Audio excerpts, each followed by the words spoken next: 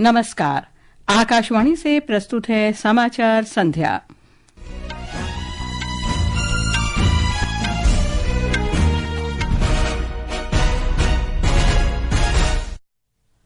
प्रधानमंत्री नरेंद्र मोदी ने कहा है कि उनकी परिकल्पना है कि दुनिया के प्रत्येक रसोई घर में भारतीय किसानों द्वारा उत्पादित कम से कम एक व्यंजन होना चाहिए।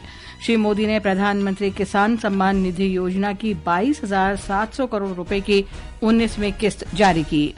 भारत और ब्रिटेन द्विपक्षीय मुक्त व्यापार इंग्लैंड फिर से शुरू करने पर सहमत हुए। विदेश मंत्री सुब्रमण्यम जयशंकर ने कहा, भारत संयुक्त राष्ट्र शांति अभियानों में सबसे बड़ा योगदान करता है। नवगठित दिल्ली विधानसभा में भाजपा विधायक विजेंद्र गुप्ता सर्वसम्मति से अध्यक्ष चुने गए।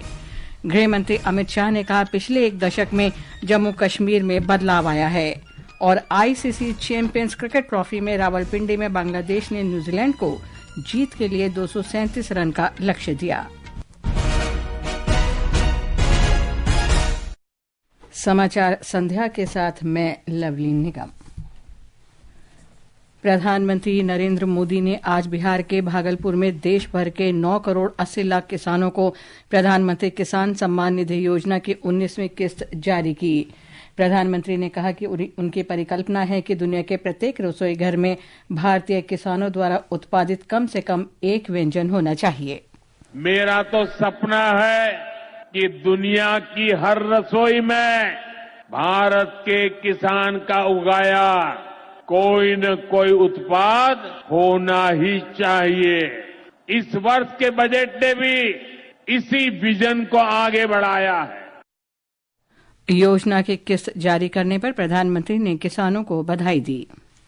आज जो किसान सम्मान निधि दी गई है, इसमें बिहार के भी 75 लाख से अधिक किसान परिवार है। बिहार के किसानों खाते में आज करीब 1600 करोड़ रुपए पहुंच चुके हैं। मैं बिहार और देश के सभी किसान परिवारों को बधाई देता हूं।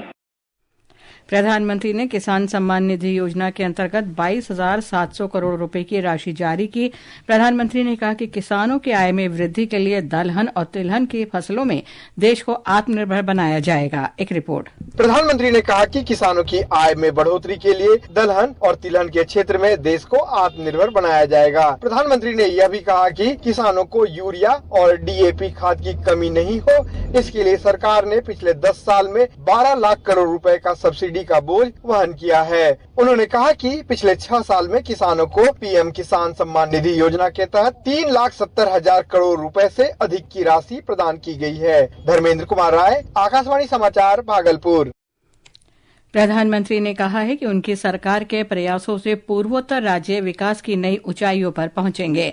असम के गुवाहाटी में आज झुइमोर बिनंदनी कार्यक्रम में श्री मोदी ने कहा कि एक समय था जब असम और पूर्वोत्तर के विकास की उपेक्षा की गई थी और क्षेत्र की संस्कृति को नजरअंदाज किया गया था। उन्होंने कहा कि अब वो स्वयं पूर्वोत्तर की संस्कृति के ब्रांड एम्बेसडर बन गए हैं और भाजपा सरकार असम के विकास के लिए कृत संकल्प है। भाजपा सरकार असम का विकास भी कर रही है और यहाँ के टी ट्राइब की सेवा भी कर रही है। बागान कर्मियों की आय बढ़े, इस दिशा में असम टी कॉरपोरेशन के कामगारों के लिए बोनस की घोषणा भी की गई है।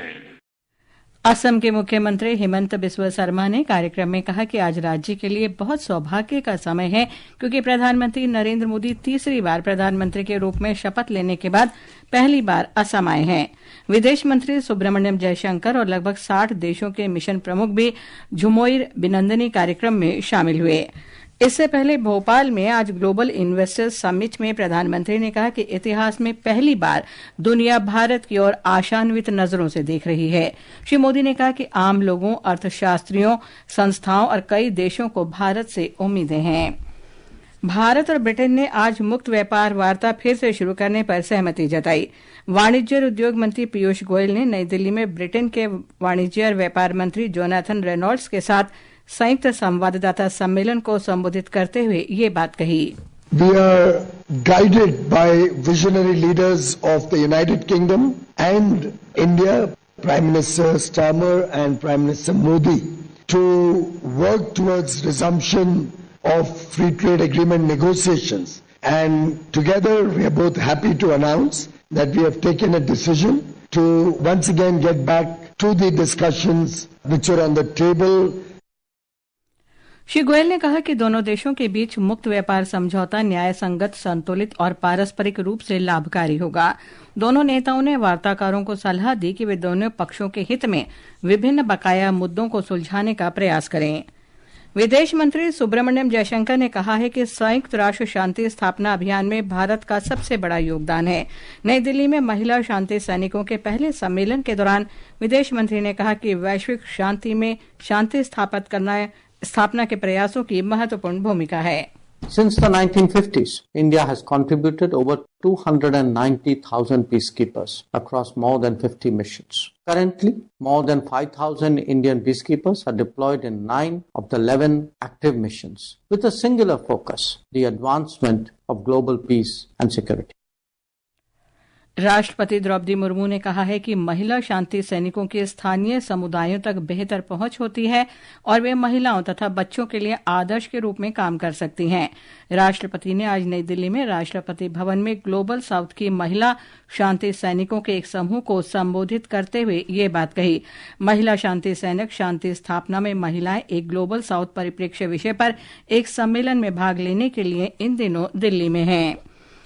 राष्ट्रपति द्रौपदी मुर्मू कल बिहार, मध्य प्रदेश और गुजरात के 5 दिन के दौरे पर रवाना होंगी। बिहार में वे पटना मेडिकल कॉलेज के शताब्दी समारोह में हिस्सा लेंगी। मध्य प्रदेश के छतरपुर जिले में वे एक सामूहिक विवाह समारोह में शामिल होंगी। गुजरात में राष्ट्रपति केवड़िया, अहमदाबाद और धूलीवीरा जाएंगी। ये समाचार आकाशवाणी से प्रसारित किए जा रहे हैं। ताज़ा समाचार जानने के लिए आप हमारे social media handle @AIR news Hindi को फॉलो कर सकते हैं। ये आकाशवाणी है। रोहिणी से भाजपा विधायक विजेंद्र गुप्ता नवगठित दिल्ली विधानसभा के आज अध्यक्ष चुने गए। विधानसभा सत्र के पहले दिन श्री गुप्ता को सर्वसम्मति से अध्यक्ष चुना गया। नवनिर्वाचित विधायकों ने भी शपथ ली।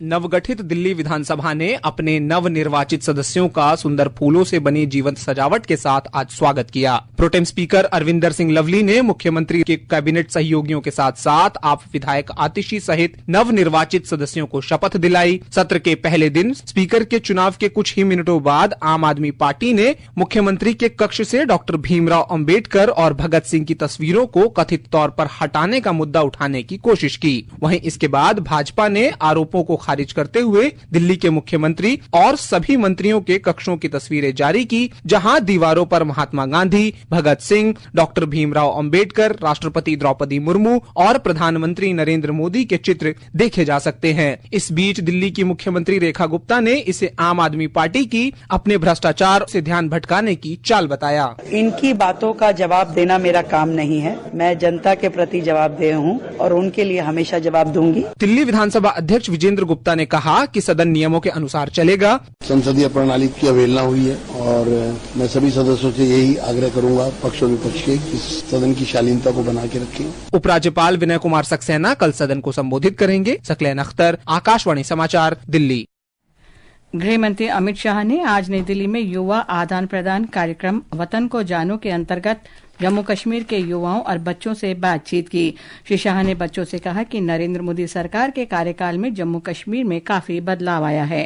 कश्मीर के अंदर बहुत बड़ा परिवर्तन हुआ है। रोड, ब्रिज, अस्पताल, नए नए विश्वविद्यालय, IIM, IIT, ये सब तो बना ही बना।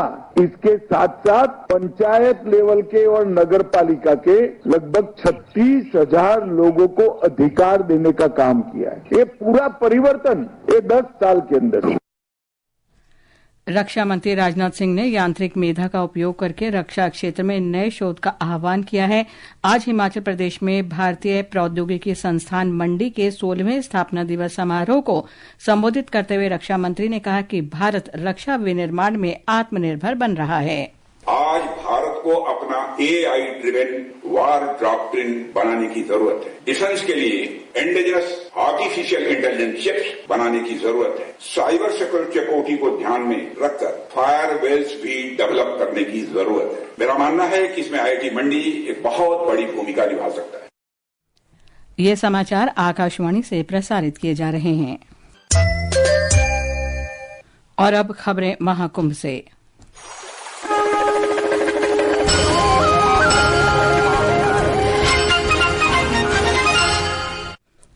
प्रयागराज में महाकुंभ के त्रिवेणी संगम पर आज शाम 6 बजे तक 1 करोड़ 5 लाख से अधिक श्रद्धालुओं ने डुबकी लगाई।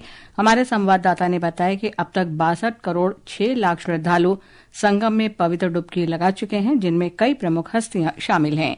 महाकुंभ में देश के विभिन्न हिस्सों से संत और श्रद्धालु पवित्र संगम में आस्था की डुबकी लगाने के लिए पहुंच रहे हैं। आज मुख्य निर्वाचन अधिकारी ज्ञानेश कुमार ने अपने परिवार के साथ त्रिवेणी संगम में स्नान किया। महाराष्ट्र के उप मुख्यमंत्री एकनाथ शिंदे भी महाकुंभ में पहुंचे। लोकसभा सांसद और वरिष्ठ भाजपा नेता रवि किशन, राज्यसभा सांसद और वरिष्ठ कांग्रेस नेता प्रमोद तिवारी, बॉलीवुड अभिनेता अक्षय कुमार, अभिनेत्री कैटरीना कैफ, सोनाली बिंद्रे और रवीना टंडन ने भी पवित्र संगम में आस्था की डुबकी लगाई। महाकुंभ अपने समापन की ओर है और दुनिया भर से हर रोज 1 करोड़ से अधिक श्रद्धालु आ रहे हैं। आदर्श के साथ अभिषेक कपिल, आकाशवाणी समाचार, प्रयागराज।